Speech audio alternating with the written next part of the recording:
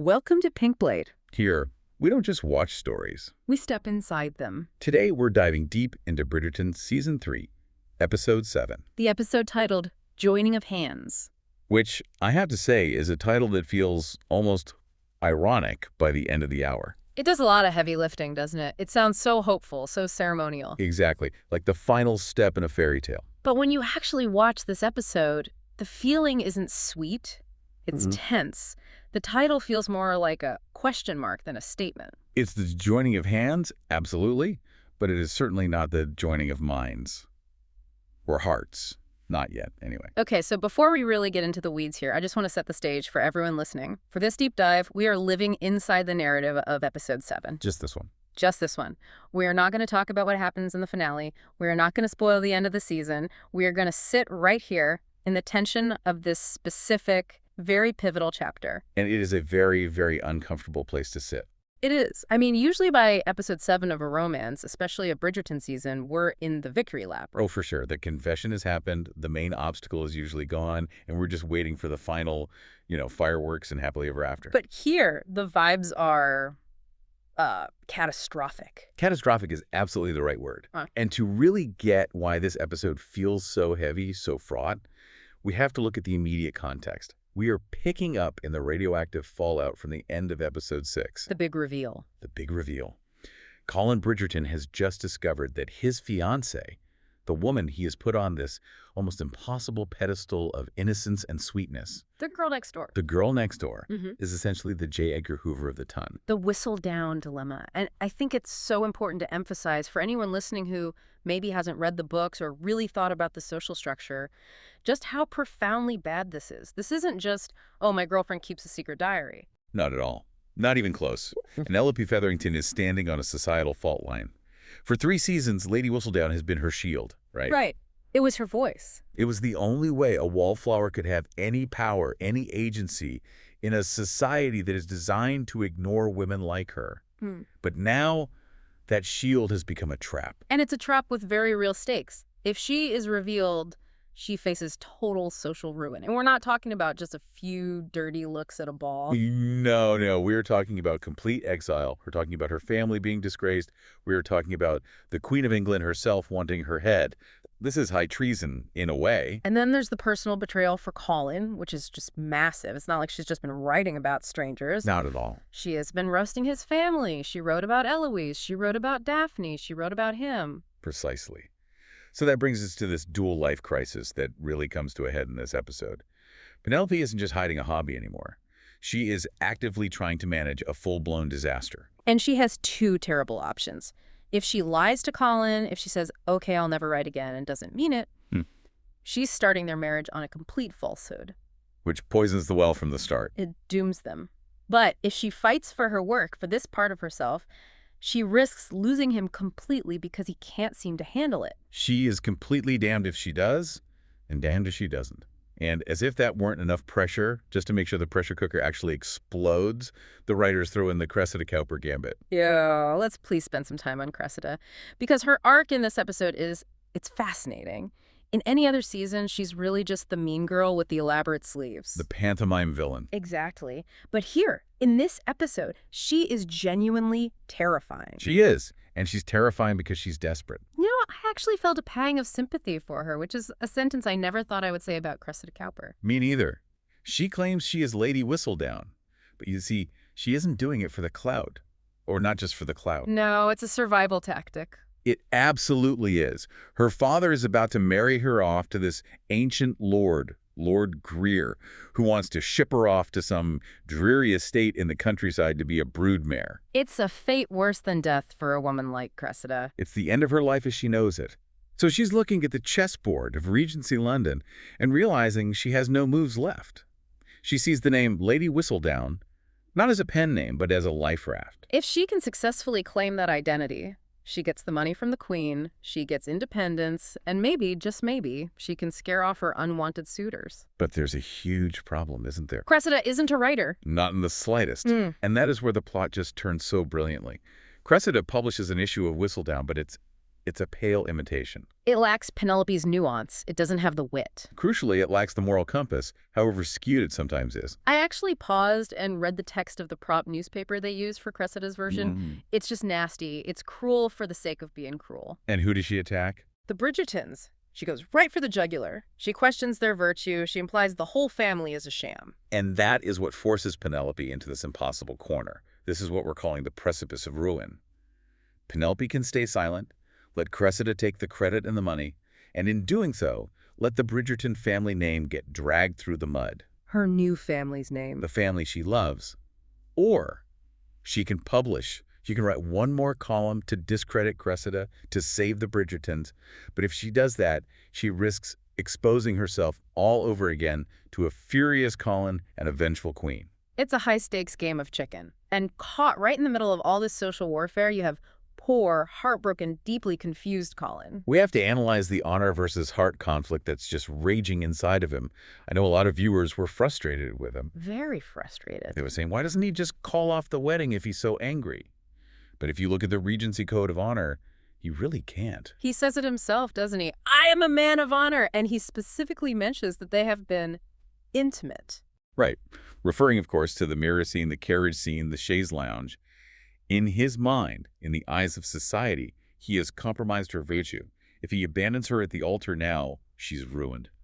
Utterly. So he's proceeding with the wedding, but it feels like it's not out of joy. It's out of a sense of grim obligation. And that word obligation, it just kills the romance, doesn't it? It's the absolute antithesis of everything they've built. There's that heartbreaking scene where he asks her if this is all a plan. He looks at her with these wounded eyes and basically asks, did you entrap me? Was this whole thing a scheme to catch a husband? That is the deepest cut.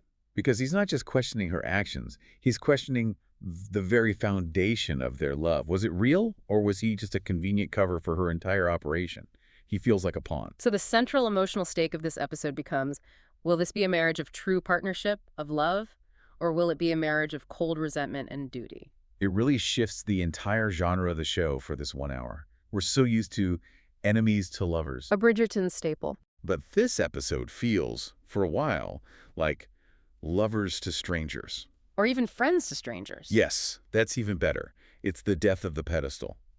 And that leads us perfectly into why this episode acts as such a crucial turning point. It's where the show deconstructs the hero complex. I really want to dig into that because for the first half of the season, Colin was the big man on campus, you know? Completely. He came back from his travels with all this swagger. He was the mentor. He was teaching her how to flirt, how to gain confidence. He felt important. He felt needed. Exactly. The dynamic was vertical. Colin was up here, the worldly, handsome protector, and Penelope was down there, the poor wallflower spinster in need of saving. And let's be honest, he loved that dynamic. It fed his ego. It defined his role in the relationship. But the Whistledown reveal just flips the entire table. Completely. It shatters that dynamic. Suddenly, he's forced to realize that the woman he thought he was protecting is arguably the most powerful journalist in London. Not arguably. She is. She is. She is wealthier than he is. She is more influential than he is. She has a voice that literally makes the monarchy tremble. So the dynamic goes from that vertical protector-protected to horizontal. They're suddenly equals, and he hates it. He really, really hates it. He hates it because he doesn't know where he fits anymore. If she doesn't need him to save her, then what is he for? What's his purpose? It's an identity crisis for him. It is. The reveal forces him to stop seeing her as the innocent, simple girl next door and to see her for what she is. A complex, flawed, brilliant, ambitious woman. And that transition from the fantasy of a person to the reality of a person is, well, it's painful. It's the core of growing up, isn't it? Yeah. This is the structural pivot of the entire season. The fantasy collides with reality. The wedding happens in this episode, but the happily ever after is immediately under siege. And not by some external villain like in past seasons. No, it's under siege from internal trust issues. It's about them. It transitions the story from this sort of adolescent idolization to the messy reality of adult intimacy. And adult intimacy is always messy. Speaking of messy, let's talk about the scenes where all this mess plays out so beautifully. We picked 3 key scenes that I think really define this episode, and we have to start with the Modiste alleyway. The showdown. The confrontation. Visually, this scene is so striking. Usually Bridgerton is all warm, candlelit ballrooms, pastel colors. It's lush and golden. And this scene is dark. It's a cold, damp London street at night. It feels raw. It's gritty. And there's a brilliant directorial choice here by Tom Verica. Yeah. Did you notice the positioning of the actors in that scene? Yes. Penelope's standing on the raised pavement, isn't she? She is. Usually there's a pretty significant height difference between Luke Newton and Nicola Coughlan. He tends to tower over her, which reinforces that protector dynamic we were talking about. Right. But Verica had Penelope stand on the curb while Colin stood down in the street. And what that does is it puts them physically at eye level. That is such a subtle but powerful move. It's a visual metaphor. They are fighting face-to-face as equals for the first time. Exactly. And the conflict itself is just so visceral. Colin is furious. He's shouting. Right.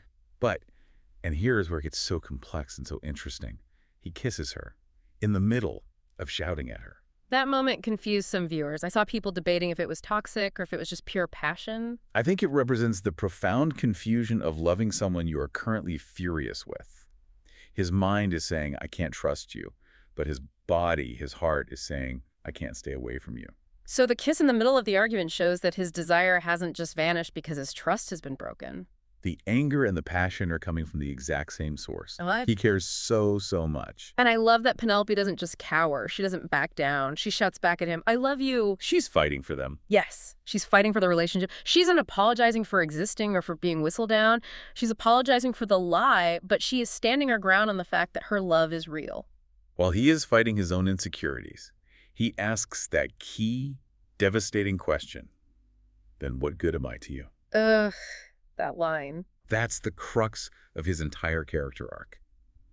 He thinks his value to her lies in his utility, in his ability to protect and provide. He can't grasp that she loves him for who he is, not for what he can do for her. It's so heartbreaking. But let's move from that dark alley to the bright light of the church. Scene 2, the wedding aisle. The tension in this scene is just palpable. You can feel it through the screen. Colin has been cold, he's been distant.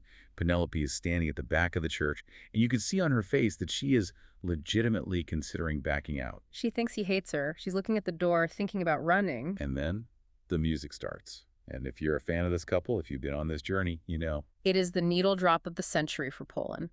Coldplay's Yellow, covered by the Vitamins String Quartet. Now, obviously, on the surface, Yellow is a classic, beautiful love song.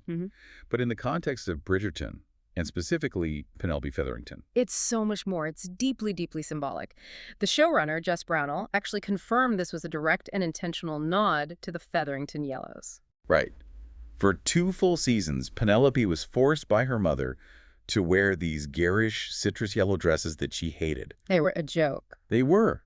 They represented her mother's control, her lack of her own style, her perpetual status as a child in the eyes of society.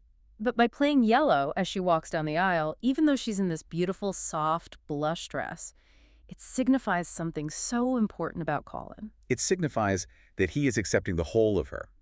He isn't just marrying the glow-up version, the confident woman she's become this season. He's marrying the girl in yellow. He's marrying his best friend, the girl he's known forever. It completely reclaims the color. Yeah. It turns a symbol of her ridicule and her insecurity into a symbol of his love and acceptance. Beautifully put. And then there's the interaction itself, the silent conversation that happens as she walks down the aisle. She stops, right? About halfway down. She just halts, the music swells, and she freezes. She looks at him, and her eyes are just filled with this question. Are we really doing this? Do you actually want me here? And Luke Newton's acting in this moment is so subtle and so perfect. He just gives her this tiny nod. A nod. A tiny nod. But it's everything. It's a choice. He isn't smiling, he's not crying tears of joy, but he is acknowledging her fear and answering it. He is saying, I am still here, keep walking. It's the acknowledgement that this is hard, but he's choosing to stay. It still gives me chills just thinking about it. And then, after all that tension, we finally get a moment of release.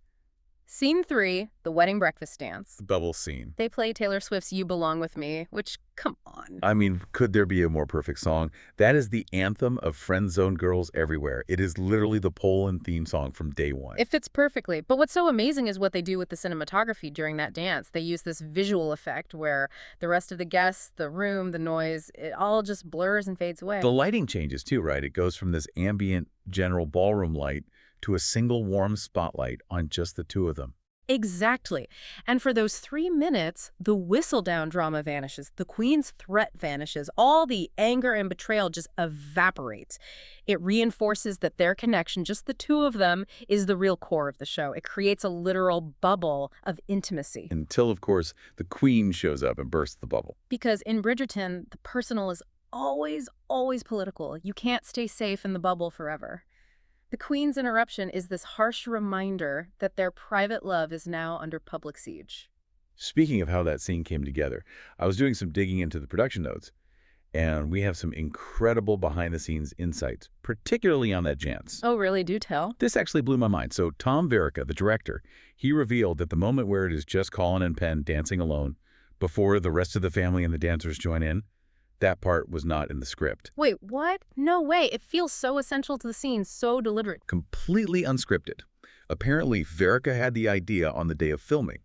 He pulls Luke Newton and Nicola Coughlan aside right before they started shooting and said something like, okay, I want you to just dance, ignore the extras, ignore the choreography for a minute, just focus on each other. I'm going to clear the frame. So that look of intense focus and, like, relief on their faces when they're finally together, that's genuine. It seems so. Yeah. It captured this incredible, genuine spontaneity. They didn't have time to rehearse it or overthink it. That feeling of the world falling away was real for the actors because the director literally constructed the moment on the fly to isolate them from the chaos of a busy set. That's movie magic right there. Let's pivot from the direction to the look of this episode. We mentioned Penelope's wedding dress earlier, but I want to go a little deeper into the costume design. Yes. John Glazer, the designer, made a very specific choice. Everyone's expecting her to wear white or maybe a pale blue, the traditional Bridgerton color. Right. But the dress was described as a faint blush pink. It was so gorgeous. But what was the thinking behind the pink? It's all about color theory. Glazer said in an interview he wanted to neutralize her colors. If you look very closely at the high-resolution photos of the dress, it isn't just one fabric. It's made of layers and layers of tulle in different colors. Oh, I didn't realize that. Yes, there's blue, there's green, there's lavender, and pink all layered together. So the final color feels almost ambiguous. So it's symbolizing her transition? Precisely. She's leaving the Featheringtons, who are represented by those loud citrus yellows and greens. She's joining the Bridgertons, represented by the cool blues and lilacs. But by landing on this indeterminate, soft blush, she's also retaining her own independent identity. She isn't just becoming Mrs. Bridgerton. She's becoming herself, a blend of all these things. And the silhouette was a huge departure as well. It wasn't the typical empire waist we see so often in the show. Very old Hollywood. Glazer actually cited 1950s glamour, and specifically Marilyn Monroe, as an inspiration for the cut. The goal was to enhance her body, to celebrate her figure, rather than hide it the way her costumes in season 1 and 2 did. It's a dress for a woman, not a girl. And on the complete opposite side of the costume spectrum, we absolutely have to talk about what I'm calling the FU dress. Cressida's massive red gown. It took up the entire screen. I'm pretty sure those sleeves had their own postcode. That was entirely the point. It was her armor. Historically, in the Regency era, a true, vibrant red was a very difficult and expensive color to dye and maintain. A status symbol. A huge status symbol. Wearing that much red fabric was a massive statement of power and defiance. She was screaming, "Look at me, you can't ignore me." It was her war paint. She knew she was marching into battle against the Queen and the entire ton, and she dressed for it. Exactly. Now, moving from what they wore to how it was filmed, this episode has some really tricky night scenes. We talked about the dark alleyway, but the balls were also shot in these incredible historic locations. Right. They use real stately homes like Claydon House and Basildon Park. And I have to imagine those places have very strict rules. You can't just wheel in a giant hot movie light. You can't. The cinematographer, Alicia Robbins, had a massive challenge here. These historic houses have incredibly strict preservation rules. Yeah. Absolutely no hot lights that could damage the art, no open flames, no heavy tungsten rigs that could scratch the centuries-old floors or heat up the tapestries. So how on earth do you light a grand ballroom scene to look like it's lit by moonlight and candles without using any of those things? You get very, very high tech. One of the tools he used was illuminated balloons. Wait, balloons? Giant helium balloons filled with LEDs that they floated high up near the ceiling.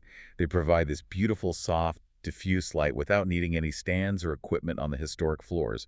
And for the more directional light, the moonlight coming through the windows, they use something called Aquabat LED lights. That sounds like something Batman would have on his utility belt. It does. But the key technical detail is the color temperature they used. They dialed these LEDs all the way up to 10,000 Kelvin. Okay, for those of us who aren't lighting nerds, translate what 10,000 Kelvin means. Sure. So think about the light from a candle. It's very warm, very orange. That's a low Kelvin temperature, maybe around 1,000. Normal daylight is a neutral white. That's around 5,000 Kelvin. But to get that stark, cool, slightly eerie moonlight effect on camera, they had to crank these powerful LEDs up to 10,000 Kelvin. It's a light that is scientifically bluer than the light at high noon. Which creates that very crisp, almost modern aesthetic we see in the night scenes. It does. It mimics the look of natural moonlight beautifully while being completely safe for the 18th century architecture. Oh, and my favorite little detail from the set. Go on. To protect the floors from the equipment they did have to have on the ground, like camera tripods and C-stands, they put tennis balls on the feet of every single piece of gear. No way. You're kidding. It's true. So you can just imagine this incredibly high-stakes, sweeping romantic drama being filmed, and just out of the frame, everything is resting on fuzzy yellow tennis balls. I love that. I absolutely love that. Let's pivot now to the people bringing these characters to life. We know Nicola Coughlan and Luke Newton have been friends for years, which usually makes the romance scenes easier. But apparently, they both said this episode was the hardest for them to shoot. It was because of the conflict. In interviews, both actors said those angry, confrontational scenes were emotionally draining. Their dynamic in real life is very giddy and playful, and their characters are usually so sweet with each other. So to maintain that level of tension and betrayal for a 10-hour shooting day, they said it wrecked them. I can absolutely imagine. You have to spend a whole day staring at one of your best friends and looking at them with what is supposed to be pure disgust and betrayal. That's got to be tough. Incredibly tough, but there was some levity on set. Luz Newton admitted to a pretty funny blooper that happened during the wedding vows. Oh, I need to hear this. So the scene is incredibly serious. The church is silent. The bishop is talking. Everyone is watching them. And Luke just completely forgot his lines. No. Blanked. He said he just blanked, turned to the camera crew, put his hands on his hips, and just gave this, well, that's it for me face. I would pay good money to see that outtake. It just shows the level of comfort they have on that set, that you can have a moment like that during such a heavy scene. We also have to touch on Ruth Gemmel's performance as Violet Bridgerton. She has this beautiful, quiet character arc in this episode regarding Francesca and John Sterling. Oh, John. He is so different from the usual Bridgerton suitors, isn't he? He's quiet. He doesn't like the spotlight. He's calm. He is. And Violet really struggles with that at first. She had a thunderbolt love with Edmund. It was instant. It was passionate. It was loud. She doesn't see that same fire between Francesca and John. But in this episode, you see her start to realize that a quiet, steady love is just as valid. She learns from her children. She learns from her children. It's this lovely subplot about a parent realizing their child's path to happiness doesn't have to look exactly like their own. No, we cannot do a proper deep dive without talking about the fans. Because the Bridgerton fandom, they notice absolutely everything. And for this specific episode, there was one controversy that just took over the internet. Oh, we're about to talk about Wiggate? We are 100% talking about Wiggate. This was a huge, huge topic of discussion on Reddit and Twitter for weeks. Okay, so for anyone who is uninitiated, fans with very sharp eyes noticed that in certain scenes, in episode 7 specifically, the post-wedding arguments in the bedroom, Luke Newton's hair looks different. Stiff was the word that was often used. It looked a bit helmet-like. It lacked the natural curl and movement that his hair had in the rest of the season. It looked, to many, like a wig, or at the very least, a whole can of hairspray. And the prevailing theory is that these scenes were reshoots. It's a very strong theory. The speculation is that these scenes were added later in production, possibly after the writer's strike. The idea being that the producers watched an early cut of the episode and thought, we need a little more here, or we need to add more of their playful banter to bridge the gap between the fight and the wedding. And some fans found it really distracting. They felt it broke the immersion because one minute his hair is soft and the next it's not. It's definitely a continuity error, no doubt. But I think the content of those scenes is really important. If those were, in fact, reshoots, it means the creators cared enough to go back and fine-tune the emotional logic of the story. They realized they needed to bridge the gap between I hate you for lying to me and I will still marry you with a bit more dialogue. That's a good point. There was also a massive debate online about the level of romance in this episode. Right. The great romance versus drama war. Some people were genuinely mad. They felt that the back half of the season, starting with this episode, lacked the fluffy, happy romance of the first 4 episodes. They wanted giddy Poland, and instead they got angst-ridden Poland. They felt cheated out of the honeymoon phase. I get that frustration. I really do. We watch these shows to see the characters be happy, but I have to take the other side on this one. The angst was absolutely necessary. Make the case. Why? Because if they had just resolved the Whistledown issue instantly, if Colin had just said, "Oh, that's your job, that's cool, honey," it wouldn't have felt earned. It would have felt cheap. This is a massive betrayal of trust built up over years. They have to dig into the mud before they can have a truly happy ending. A realistic relationship evolution requires friction and conflict. So the angst, in a way, legitimizes the love that comes after it. Exactly. It proves that their love can actually survive the worst-case scenario, not just the good times. And despite some of the complaints about the angst, the reaction to the Yellow song at the wedding was almost universally positive. Oh, 100%. People lost their minds in the best way. It was seen as the perfect full-circle moment. Fans praised it as a beautiful acknowledgement of Penelope's history. It validated her entire journey from being the overlooked girl in the corner to being the bride at the center of the room. So we've talked about the stakes, the key scenes, the behind-the-scenes tech, and the fan reactions. But what is this episode really about? When you strip everything else away, what is the big thematic question it leaves us wrestling with?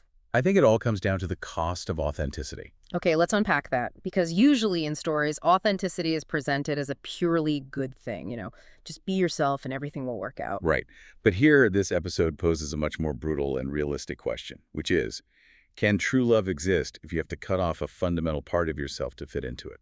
Penelope is being asked implicitly by Colin's anger and then explicitly by the Queen's threat to give up Whistledown, to give up her voice, to give up her life's work, the most powerful thing she's ever done. And she's considering doing it to save her marriage. She offers to stop writing.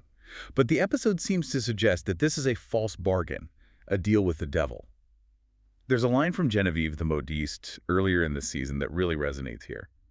She says something like, "There is no true love if Penelope has not first embraced her true self." So if she stops writing just to please Colin or to protect him, she isn't bringing her whole self to the marriage. She's bringing a diminished version of herself. She is shrinking to fit into his world. Yeah, exactly. She cannot be Mrs. Bridgerton, effectively, if she ceases to be Penelope Featherington. And at this point, Penelope is Whistledown. The two are inextricable. You can't just amputate the writer without killing the woman. And that's the real tragedy of the ending of this episode, isn't it? The wedding happens, the paperwork is signed, they are legally married, they have joined hands, just as the title says. But they haven't joined minds yet, or spirits. The marriage is legal, but emotionally, it is completely incomplete. The physical joining of hands has happened, but the true joining of their lives is still blocked by this giant secret that the Queen is hunting, and by the part of herself that Penelope is being forced to repress. It leaves us in this state of deep, unresolved tension. They're in the carriage, they're on their way to their new life, they are husband and wife, but the shadow of Whistledown is still right there between them. And that is precisely why it's such a brilliant and brave episode of television. It gives us the wedding we all wanted, the beautiful dress, the perfect song, the kiss at the altar, but it denies us the emotional relief we crave. It forces us to lean in and watch the next chapter to see if they can actually survive the truth of who they both are. It proves that in a real relationship, the wedding isn't the ending, it's just the start of the real work. Precisely. Well, that is our deep dive into Joining of Hands. We have covered the tears, the tunes, the tennis balls on the tripods, and the psychological warfare of the ton. It's been quite a journey. Thanks for listening to Pink Blade. If this episode revealed something new, you can follow to explore the next chapter. And if a moment stayed with you, share it in the comments. Until next time. This is Pink Blade.